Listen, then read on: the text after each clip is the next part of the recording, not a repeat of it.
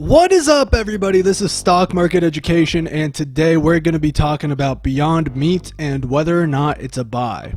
Let's get into it.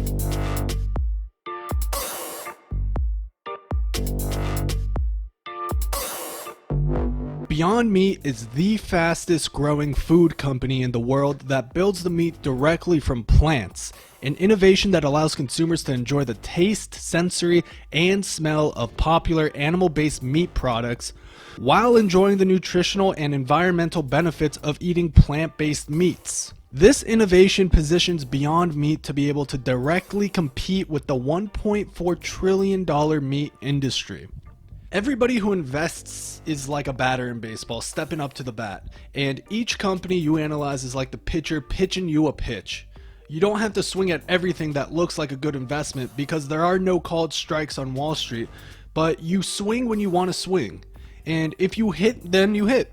And if you miss, then you miss, and then you move on. Beyond Meat is like a fastball pitched directly down the middle of the plate that has the possibility to be not a single, not a double, not a triple, but you're to hit a home run out of the park if you hit, or you could strike out. But before we get into the numbers, please make sure to smash that like button and subscribe to the channel. It's amazing how much this channel has grown since it started, and I appreciate every single one of you. For those who are tuning in for the journey, this account has had an incredible year this past year, and hopefully we can continue to have many more years like this one. We can see that the amount of unrealized tendies we've had so far, and the bottom shows the tendies that we have already taken out, and so far we are up $10,172, which has been absolutely incredible, and I am truly blessed for being able to reach a 5-figure return in 3 years. Let me know if you guys are invested in the same stocks that are over here on the left. If there are stocks you have any questions for, I'll answer them in the comment section down below. And while you're going ahead, gently smash that like button. With that being said, let's get into it. Okay, so first thing we're going to talk about is scalability. Between their IPO and now, Beyond Meat has seen a 294% growth in total outlets, a 65% growth in US retail, a 236% growth in the US food service, a 21,900% growth in international retail. That's the key, international retail, and an 1,167% growth in international food service. So we can see that their growth overall is more disrupted than any company I've ever seen since Tesla, Amazon, or Google in their early days. But the most interesting market is the international market for Beyond Meat. Okay, let's take a look at revenue. This graph breaks down net revenue into channels, and we can see that US retail went from $94 million all the way up to $202 million for a percentage increase of 115%. US food service stayed relatively flat with a 4% increase. International retail grew from $10 million up to $23 million for a percentage increase of 135%. And international food service declined from $52 million down to $34 million for a percentage decrease of 34%.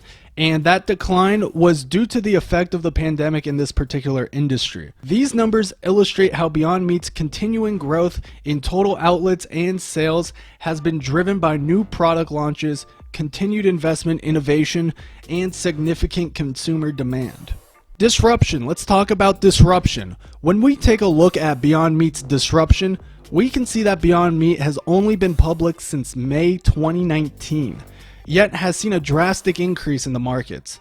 Net revenue growing from $87.9 million in 2018 up to $297 million in 2019 for a year-over-year growth for 239%.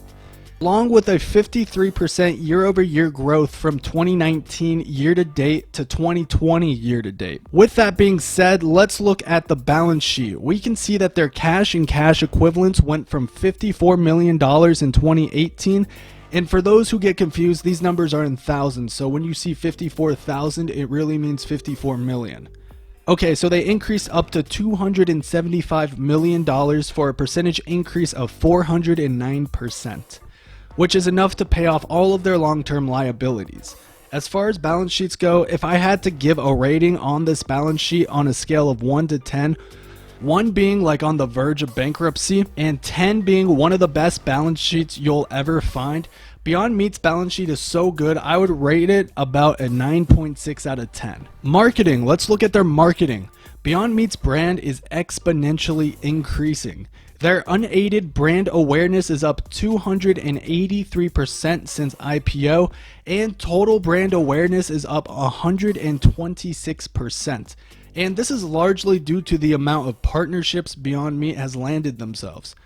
Partnering with retail companies like Walmart, Kroger, Target, Sam's Club, Whole Foods, Albertsons, and Sprouts. You have Beyond Meat in the food service industry with establishments also like Carl's Jr., Dunkin' Donuts, Denny's, TGI Fridays, Cisco's, and a few others.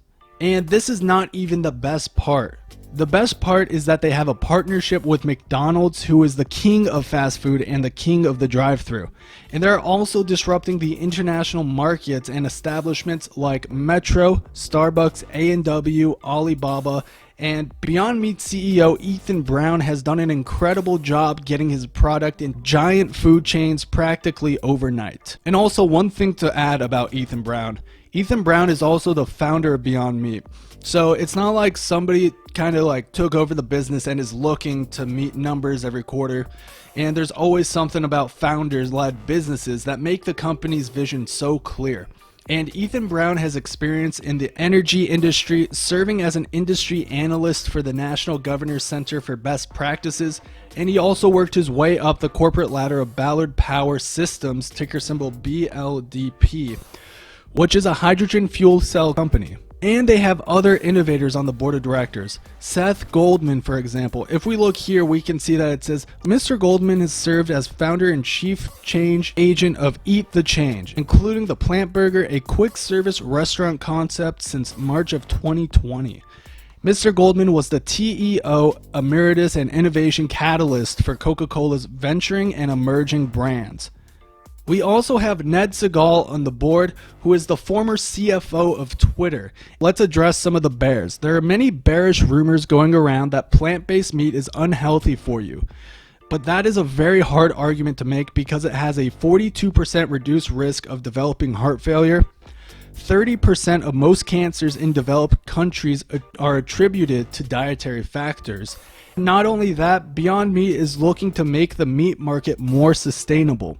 18 to 51% of global greenhouse gas emissions driven by livestock rearing in the process, and 78% of agricultural land is used for livestock, including grazing and cropland dedicated to the production of feed. 60 to 70 billion animals reared for food each year, and 29% of the water in agriculture is directly and indirectly used for animal production.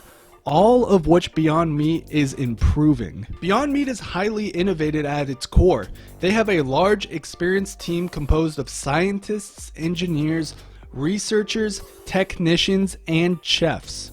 And Beyond Meat continues to innovate and re-enhance their products. We can see that Beyond Meat enhanced their sausage links, meatballs, sausage patties, sausages, fried chicken, and their reformulated Beyond Burger. And the CEO of Beyond Meat, Ethan Brown, is very meticulous about how he scales production.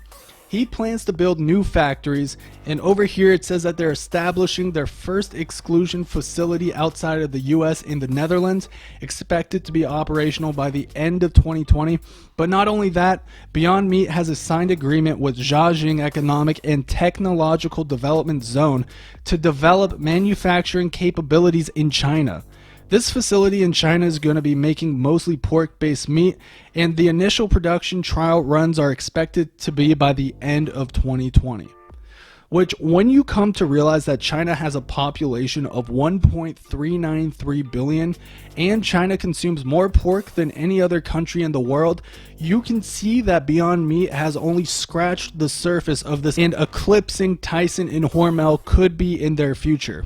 Now, before we get carried away, we should also take a look at the risks. We have to look at some of the risks with Beyond Meat.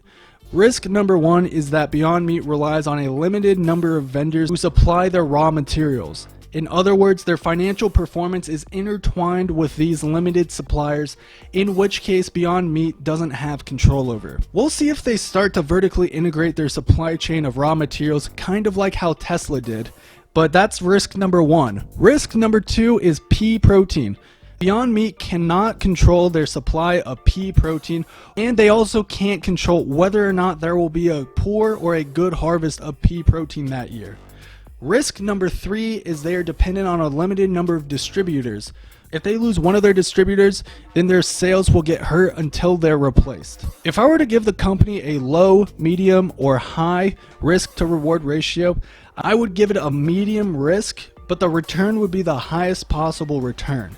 It has a very attractive risk to reward ratio in my opinion, and medium risk here is because their supply and distribution channels are very concentrated. However, their balance sheet is extremely clean, and the reward is high because of the disruptive innovation company at its core, and that they're uniquely positioned to compete with a $1.4 trillion industry.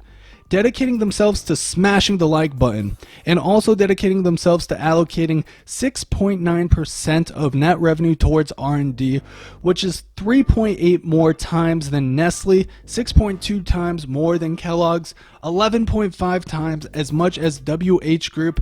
You see where I'm going with this? Beyond Meat is different in the meat space in the sense that they're visionaries at their core and by far the biggest disruptor in this field. In my opinion, it is already too late for other alternative meat companies to catch up.